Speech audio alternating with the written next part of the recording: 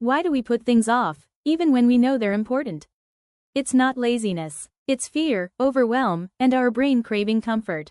But what if there was a trick so simple, you could beat procrastination in less than 5 minutes? It's called the 5-minute rule. When a task feels too big, your brain exaggerates the discomfort. It creates resistance. That's why you scroll, snack, or clean your desk instead of starting. The hardest part of any task isn't doing it, it's starting. Here's how the 5-minute rule works. Tell yourself you'll do the task for just 5 minutes. That's it. Once you start, momentum kicks in. The fear disappears. And more often than not, you'll keep going long after 5 minutes. This works because of the principle of activation energy. Your brain resists the start, not the process. By lowering the entry barrier, you trick yourself into bypassing procrastination.